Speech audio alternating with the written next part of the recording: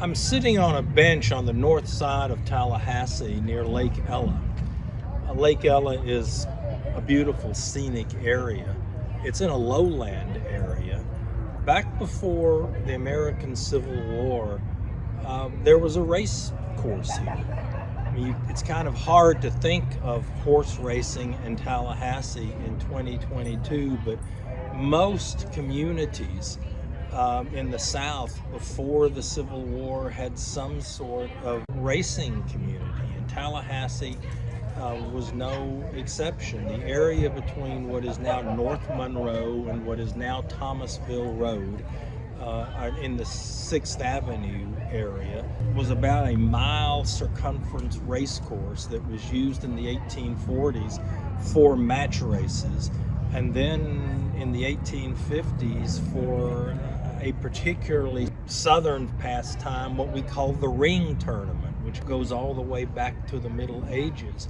The reason I'm here, and I, by the way, in case anybody wonders who this is, I'm Bob Holliday, president of the Tallahassee Historical Society. The reason I am here is because the Tallahassee Historical Society February the 10th meeting is going to feature a discussion of probably the first great African American super athlete in this country, a man named Isaac Murphy, who was a jockey, born a slave, as a freeman, won the Kentucky Derby several times. And I don't think it's fair to say he's completely forgotten, but I think it is fair to say that he has not gotten the attention that is due him. I'm sitting here today with Katherine Mooney, professor of history in the FSU History Department. Katherine has devoted a good part of her professional career studying the racehorse industry, particularly the racehorse industry in regards to black agency. Those things before and after the Civil War. How do you define agency? I know, I'm going to throw it right at you because I'll never get it right. Well, agency is one of those historian words that we like to use a lot, and basically the way it gets translated in my particular field of work is there's this very small number, first, of enslaved men who, because they have the skill, often because they have the size, because as we know, being a jockey demands being really small, and in the 18th and 19th century it demands being even smaller than it would today. So to be a really, really, not necessarily the most successful jockey, but maybe the most versatile jockey, you would have to be able to weigh in for racing, including your saddle and your tack and whatever, at about 95 to 100 pounds. So people who have those skills tend to end up working in stables because racing is this huge cultural preoccupation.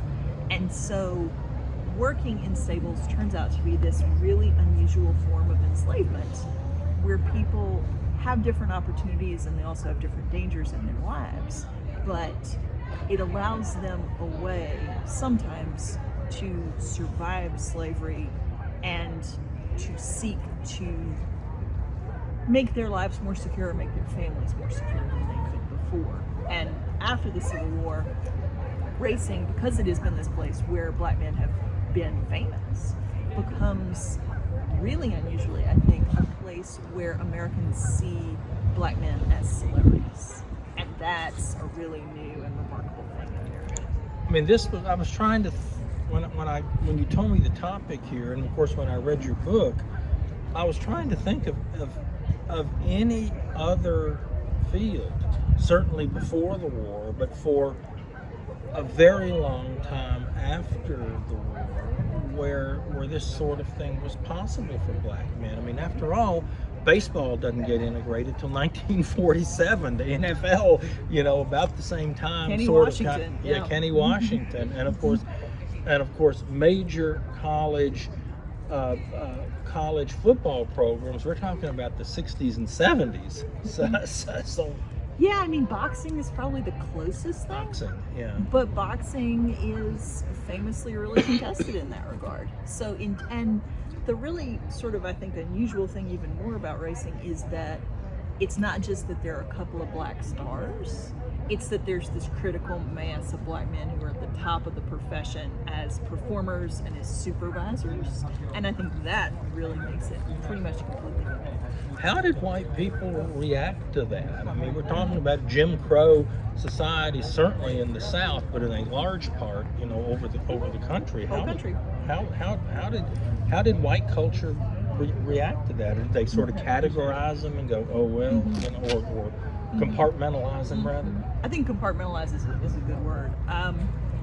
So the thing that really shocks me still, even doing this, is the degree to which they're not compartmentalized really for a very long time. And I think that's because there was this sort of weird historical accident where, because racing was so important in the South and because enslaved men had become famous in racing before emancipation, there's this sort of like cultural understanding in most of America that black people are very famous at the racetrack. And that's just something that people kind of have learned to deal with and not think about too much. And that is the case, I think, through the 1870s and then into the 1880s.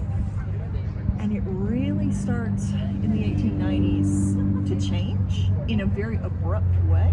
And so one of the ways that I explain this to people is I say, look, this is about, this parallels this political history and legal history of white Americans sort of coming out of the Civil War and thinking, okay, emancipation, now what do we do about how we think about equality?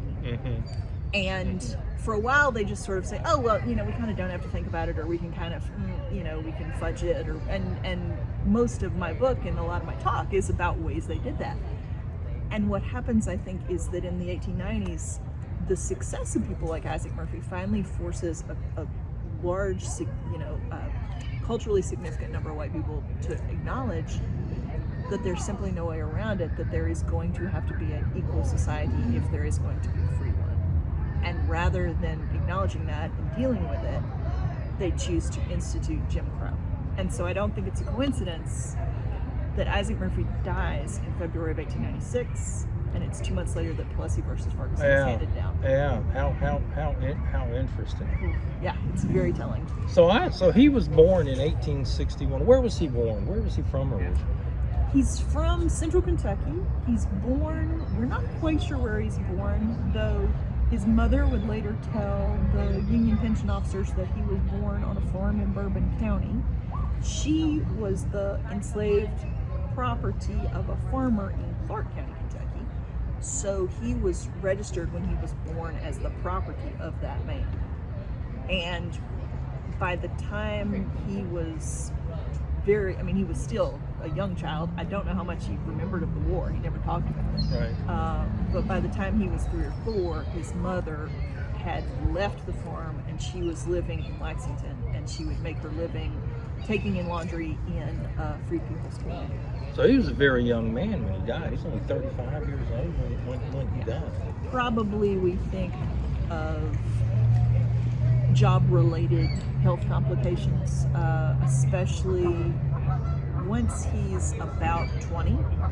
He's already flip-flopping about 40 pounds a year to ride. So we just think long-term that crash dieting and dehydration, and that he ultimately dies of a heart attack when he's 35. Now he won the Derby. He won the Kentucky Derby 3 times. Three times. That's unbelievable. Let's see. Who has won it more? Willie Shoemaker, I guess. And Shoemaker, Bill Hartat, Eddie Arcaro.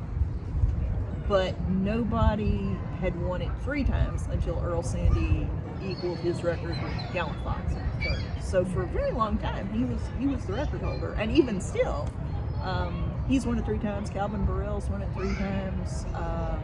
It's still a very small club. Well, if I go to Churchill Downs, and I look for any sign for Isaac Murphy, am I going to find him? Am I going to find like a plaque or anything up there? Or? He's in the Derby Museum. The Derby Museum since the 1990s has been trying very hard to, reclaim not only his history but the history of other black men who were successful in racing in his period. So if you, just as a metric, if you look at the first 25 Kentucky Derbies after it starts in 1875, about half of them are won by black men. 3 of those are his, but a bunch of other people also in it. And so they've really tried to do some reclamation work on that. And also in his hometown in Lexington, there's a really big local history initiative, particularly with their historical society and their preservation folks, to find out things about his life and to foreground that community. So even since I've written this book, lots of things have happened. Well, talk to me for just a minute. I mean, this may be a little bit of a sensitive topic, but we're talking about compartmentalizing, how easy it is. Oh well, he's a great jockey. He's great in what he does, but we wouldn't dare to have dinner with him or something, or something like that. Of course. I mean, what? And I know you have talked about this some in some of your classes. How does that echo today with black athletes? Mm-hmm. Black athletes, in particularly in colleges, but maybe even in the pros, like pro football. How does that sort of compartmentalization? Yeah, like the stay in your lane rhetoric about LeBron James and people like that. Yeah. Yeah, I mean, I think what his life demonstrates is, more than anything, is that people were very comfortable with him when they could think of him as on the racetrack and not, but his life really pushes beyond that, obviously, and it opens these questions. And in fact, we have pictures of him at elaborate dinners with very rich white people. And so, I mean, he did not stay in his lane, really, right? And he actually became a symbol of civil rights activism to some of the civil rights activists of his era. So I think he actually does parallel the story of a lot of athletes today, more than maybe we would acknowledge, or maybe than we would like if we think, gosh, it's been 130 years. Wouldn't you hope that things had become a little easier? And I think he in many ways, suffered a lot of the career bumps that happened that way. Was he perceived at all as a kind of threat that, say, Jack Johnson was perceived? Good question. The short answer is no. And I think some of that had to do with physicality. He's very, he's a short man. That's true. But it also had to do, I think, with the fact that it was very important to him and to his family that they were in a community that had become free and then was actually trying to constantly do the work of demanding the rights that came with freedom and having to say, actually, this right is included, this right is included, this right is included. We have the right to do these things. And they understood, I think, the way a lot of African Americans did at the time, that the battle to secure those rights depended a lot on how white people perceived you. And that meant that you lived your life in a way where you were constantly having to calibrate your behavior. And I think his life is somewhat like Joe Louis, actually. That Joe Louis later, at least the people who handle Joe Louis will later say, well, there are all these things Joe Louis was not allowed to do precisely because Jack Johnson was perceived as such a threat. Yeah. And I think that's very similar to what happened to him. Now, I would say Jack Johnson, when he was a child, before he, hit his growth spurt, would say that he wanted to be Isaac Murphy when he grew up. Really? Because that was the black man that he associated with the kind of success and the kind of class that he wanted to have in his career. Really? So Katherine has written a biography of Isaac Murphy. It is, as I understand it, with the editors at Yale University Press. Do we have any kind of date yet for publication? Probably early next year. This will be good. And you will get copies, and we will have an event at the Historical Society, and you can you can sell thousands of them. Well, there you go. That's the plan.